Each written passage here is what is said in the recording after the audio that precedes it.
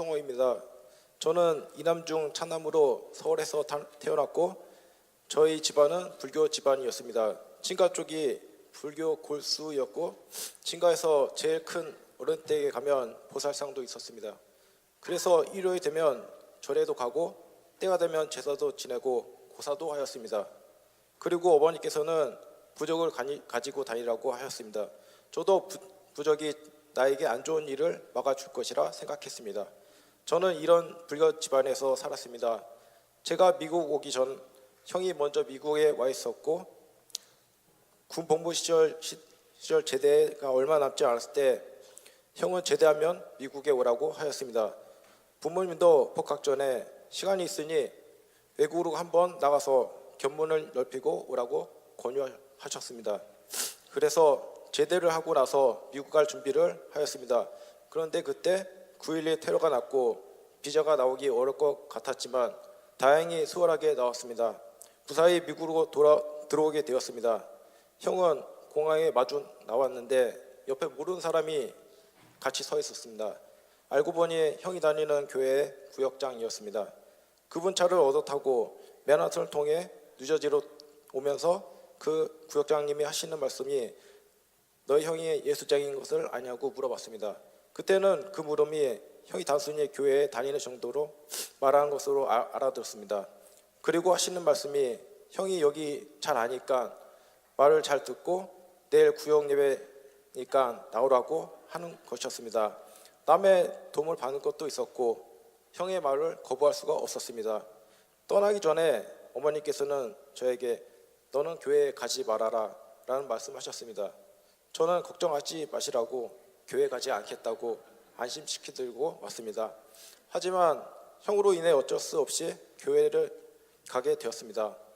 미국 온 다음 날부터 미국 교회 모임에 가게 되었습니다. 형이 교회를 다니는 것은 사람 만나기 위해 다니는 것이라 생각했지만 실제로 그렇지 않았습니다. 그 전에 알던 신형이 아니었습니다. 과거 형은 나와 마찬가지로 교회는 전혀 상관없는 사람이었는데 방에 성경책과 기독교 서적들, 찬양 CD가 있었고 형이 예사롭지 않다는 것을 느낄 수가 있었습니다. 예전부터 저는 교회라는 것이 싫었습니다. 특히 기독교 분위기나 찬송 같은 것을 듣는 것에 거부감이 들었고 기도하는 것이 싫었습니다. 친구가 교회에 가자고 하면 내 갈 길이 있고 너의 갈 길이 있으니 그런 얘기는 하지 말라고 하였습니다. 교회에 열심히 다니고 많은 시간을 보내는 친구를 보면 한심하고 이해가 가지 않았습니다. 이런 생각을 같이 가지고 있을 거라 생각했던 형이 교회에 열심인 것을 보고 너무 의아해했습니다. 내가 알던 형이 아닌데 왜 이렇게 되었을까? 의구심을 갖게 되었고 그런 호기심이 저를 교회로 이끌었습니다. 저는 헌신을 하던 때에 미국 오게 되었습니다. 형은 거의 매일 교회에 가서 늦게 들어오고 거의 못 자고 일하러 가고 공부하여 자기 시간은 거의 없었습니다. 형이 계획한 기간보다 늦어지고 있다는 것을 여기 와서 알게 되었습니다. 그래서 무엇이 있기는 있구나라는 생각에 교회에 같이 나가 알아보기로 작정하였습니다. 형은 자신이 알고 체험한 것을 자세히 얘기해 주었지만 그런 얘기들을 믿을 수가 없었고 의심이 생겨 반박하였습니다. 나중에 신방하러 오신 전도사님께 제가 갖고 있던 세상 지식과 성경이 얘기하고 있는 것이 틀린데 제가 알 수 있게 이해시켜달라고 했지만 성경에 있는 말들만 하셔서 이해가 되지 않았습니다. 단지 성경을 읽고 예수의 이름으로 기도하라고만 하셨습니다. 하지만 성경을 보려고 했으나 읽을 수가 없었고 기도는 처음이라 잘하지 못했습니다. 많은 의구심을 갖고 있던 상태에서 헌신하는 것을 하였지만 나에겐 아무런 의미가 없었습니다. 헌신이 끝난 뒤 첫 금요예배를 드리게 되었습니다. 전부터 성령을 받아야 된다는 옆에서 사람들이 강요를 했지만 뭔가 믿어져야지 그걸 받지 않겠느냐 미뤄왔습니다. 그런데 금요예배 때 전도사님께서 오늘 성령 받아야지 하는 말에 얼떨결에 예라고 대답했습니다. 갑자기 불이 꺼지고 형이 손에 붙들려 앞으로 나가게 되었습니다. 구역 식구들을 둘러 앉았고 큰 소리로 기도하라고 하시는 전도사님의 말에 크게 소리치면서 성령 주세요라고 말하려고 하여 계속 외칠 때 갑자기 제 입에서 혀가 저절로 의지와 상관없이 돌아가면서 방언을 하게 되었습니다. 그 시간에 계속 방언이 나왔고 제 자신도 믿을 수 없을 정도로 신기했습니다. 그 이후로 그렇게 읽혀지지 않았던 성경책을 읽을 수가 있었습니다. 그리고 조회 9기를 참석하였습니다. 그때는 은혜 받는 것이 무엇인지 잘 몰랐습니다. 다들 조회에 가면 은혜 받고 너무 좋다는 얘기를 하였습니다. 그래서 저는 조회를 통해 은혜 받고 변화될 수 있겠구나라는 생각을 했습니다. 여러 강의가 끝나고 조회 행사에서 하는 모든 것을 순종하면서 지나갔지만 아무런 변화가 없었습니다. 그리고 이튿날 밤 축사를 받게 되었습니다. 그런데 축사를 경험하면서 제 의지와 상관없이 말과 행동을 하는 것이었습니다. 제 모습은 너무 추했고 이런 행동들을 스스로 한다는 것에 너무 놀랐습니다. 그 다음날 이번에 반드시 은혜 받지 않으면 안 되겠구나라는 생각을 했습니다. 목사님 말씀이 끝이 나고 기도 시간에 기도를 하면서 눈물이 터졌고 하나님이 살아계시고 성경의 말씀들이 너무도 확실히 비춰지는 믿음을 얻게 되었습니다. 조회 9기를 통해 너무나 많은 은혜를 받았고 모든 생각이 바뀌게 되었습니다. 앞으로 어떻게 살아야 할 것을 알게 되었습니다. 그 후로 잠깐 여행을 갔다 오게 되는데 영감이 사라졌고 그때 깨달은 것은 내가 만약 한국으로 돌아간다면 이렇게 받을 은혜와 누구나 삶을 살 거라는 마음이 들었습니다. 우리 교회가 내 영혼이 살 수 있는 교회라는 확신이 있었고 미국에 남기로 결정했습니다. 한국에 돌아와서 정리해야 할 일도 있었고 부모님은 미쳤느냐, 미국이 뭐가 좋아서 그냥 남아있느냐며 비자 기간이 끝나기 전에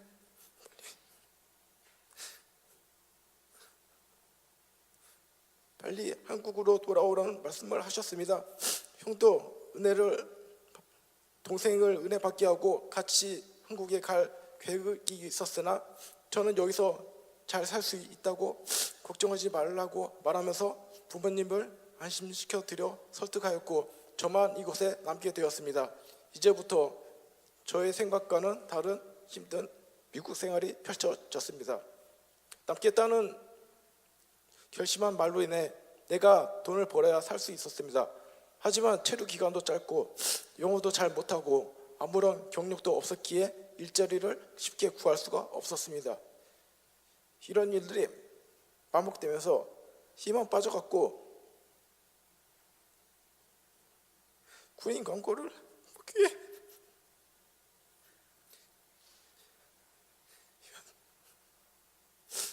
신문을 살 돈도 없어지는 상황에 이르게 되었습니다. 걱정이 많았으나 주님께서 함께 하신다는 믿음이 생겼고 기쁨과 평안이 넘쳐 흐르며 담대할 수 있었습니다. 제가 원하지 않았던 내일 가게 일을 시작하게 되었습니다. 초보자라 임금은 적었습니다. 겨울 때 시작하여 팁도 별로 없던 상태였지만 금요일엔 일이 끝나면 바로 교회에 가야 했고 차편이 없어 택시를 타야 했기 때문에 남은 돈이 얼마 없었습니다. 가게 사장님도 걱정하기 시작했습니다. 내일 기술을 배워야 되겠다고 생각도 했지만 이런 상태가 반복되니 오래 있을 수가 없었습니다. 그때 은혜 받은 자로서 사장님에게 복음을 전했고 교회에 오라고 얘기를 했습니다. 사장님은 궁금한 것들을 몇 가지 물어보고 나중에 때가 되면 교회에 가겠다고 하셨습니다.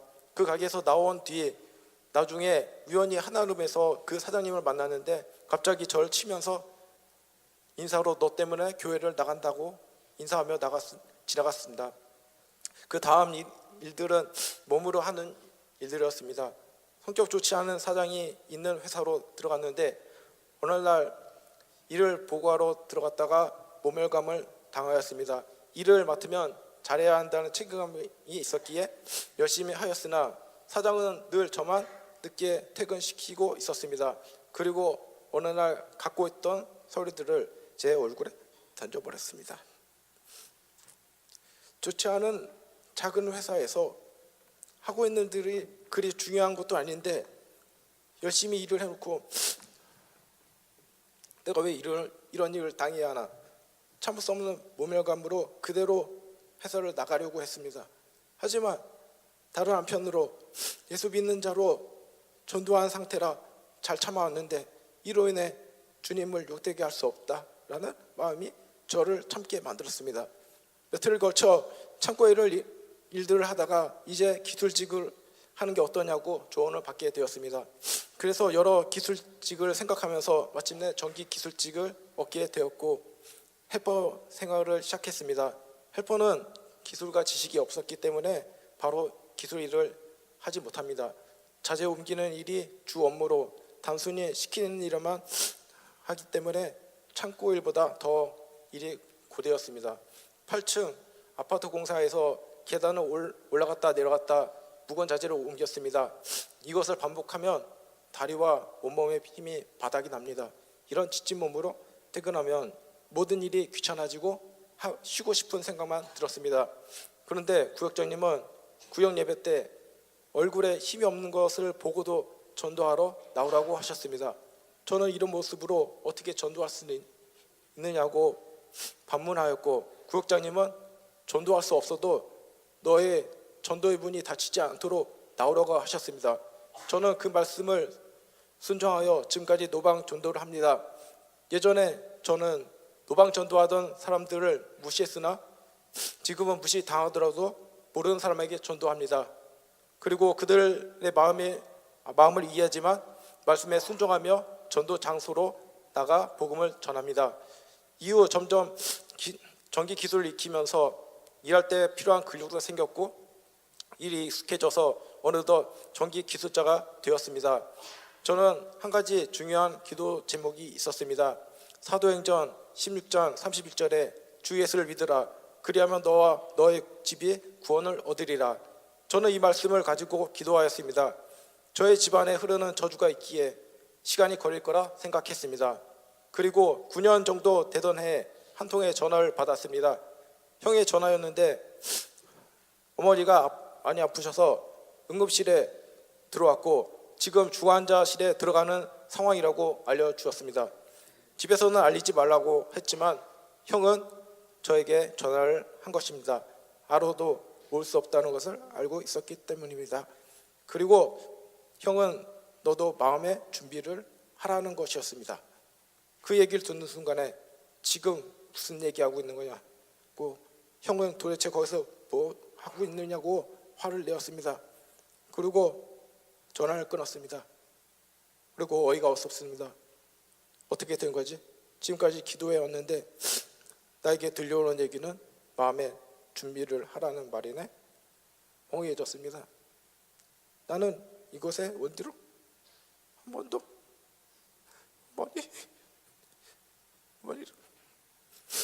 어머니를 못 봤는데 이게 끝인가? 절망이 밀려왔습니다. 하지만 저는 간절히 기도했습니다.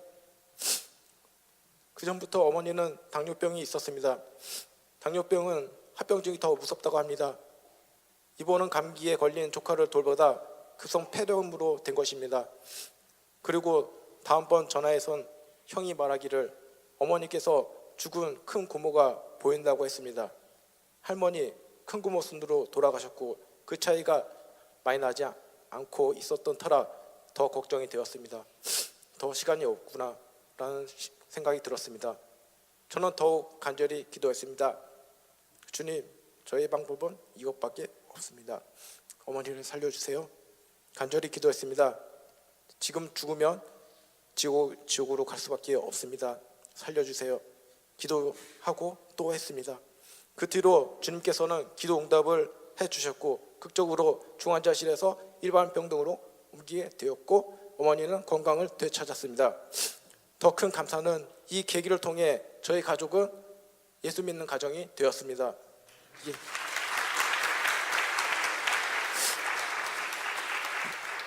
예수 믿기 힘들어 보였던 부모님은 형이 다니는 성락교회를 나가시며 침례를 받고 성가대로 봉사하고 계십니다. 그리고 저는 저희 가족이 구원에 이르도록 기도하고 있습니다. 그 후에 같이 교회를 다니던 사장님이 운영하는 회사에 취직하게 되었습니다. 교회 생활에 부딪히지 않은 곳이라 3년 넘게 일을 했습니다. 그 회사를 운영하던 사장님은 우리 교회 집사님이셨습니다. 교회도 오래 다니셨고 여러 사람에게 평판이 좋아서 모범적이라고 생각했습니다. 하지만 그 사장님은 주일 설교 말씀에 대해 동의하지 못한다면서 교회를 떠나시게 되었습니다. 그 반면 저는 예수보험교회 주일 설교 때 선포되는 말씀을 먹고 살아야 되는 것을 알고 있었습니다. 그 회사를 계속 다니면 목사님의 설교의 말씀을 오해하게 되고 교회 생활에 대해서 오해하는 말을 듣게 되니 내 영혼에 유익하지 않을 거라 생각했습니다. 그리하여 교회를 떠나간 사람과 함께 생활하며 일하는 것이 내 영혼에 전혀 유익하지 않다고 판단하였습니다. 그리고 인간적인 마음을 뒤로하고 회사를 그만두기로 결심했습니다. 마지막 출장 가던 중에 우리 교회인이면서 회사 동료에게 전화를 받았습니다. 그 당일에 회사를 그만둔다고 하였습니다. 같은 생각을 갖고 있던 차라 출장으로 내려가던 차를 돌려 그 회사로 갔고 일을 마무리 졌습니다. 직장을 구하지 않은 상태였지만 나 영혼이 먼저 살아야 하기 때문이었습니다.